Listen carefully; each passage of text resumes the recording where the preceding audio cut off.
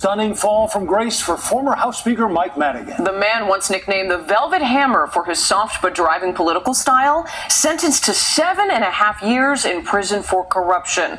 Our Sabrina Francis spent the day in the courtroom. She kicks off our team coverage. Joe, Erica, the Velvet Hammer, now convicted criminal. This was a trial that lasted 11 weeks, resulting from an investigation over 10 years. The jury deliberated over the course of 11 days. Nothing in this case was taken lightly. Mike Madigan left the federal courthouse after being sentenced to 90 months in prison. That's 7.5 years for 10 charges of bribery, conspiracy, and fraud. He took no questions, his face emotionless as it was pretty much all day in the courtroom.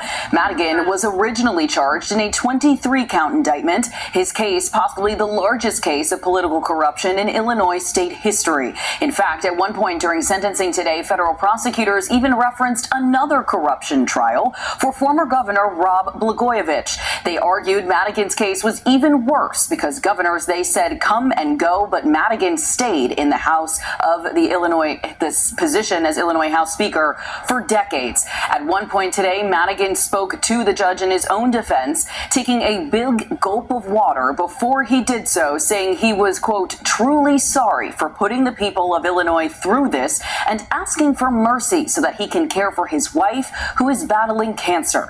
Judge Blakey said the apology was not enough, citing that even though Madigan has a record of public service, is a proven, dedicated father, grandfather, and husband, he still did what he did knowingly, and knowingly, he says, obstructed justice by testifying and lying under oath.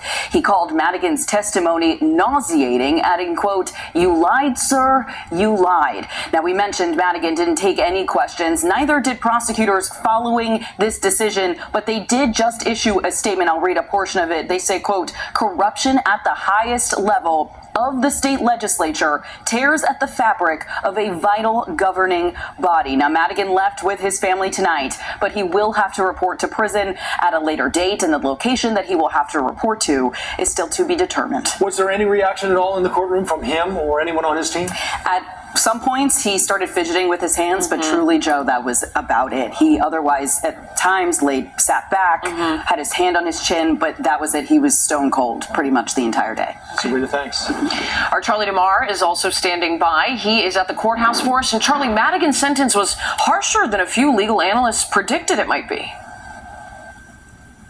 And Marie and Joe, at the heart of this case is public corruption, and there's been no shortage of public officials tried and ultimately convicted here at the Dirksen Federal Building. As we mentioned, Mike Madigan sentenced to 7.5 years. Ed Burke was sentenced to 2 years in this building. George Ryan, 6.5, and Rod Blagojevich to 14 years. And Rod Blagojevich's case was even mentioned in court today by the judge. I do want to bring in CBS legal analyst Irv Miller. Irv, this is a wide range of sentence time for public corruption. Can you just talk to me about the wide range from 2 years all the way up to 14? Well, frankly, the system isn't supposed to work that way.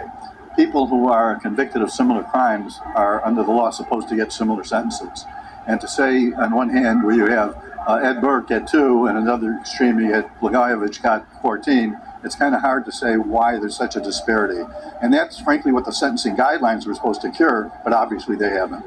The judge took in a number of factors. Madigan's ailing wife, his age being 83 years old, but ultimately on the other side that tipped the scales also was the fact that Madigan took the stand and lied during his own trial, and that he also showed no remorse throughout the entire trial and even today at his sentencing. 2 big mistakes, and it cost him.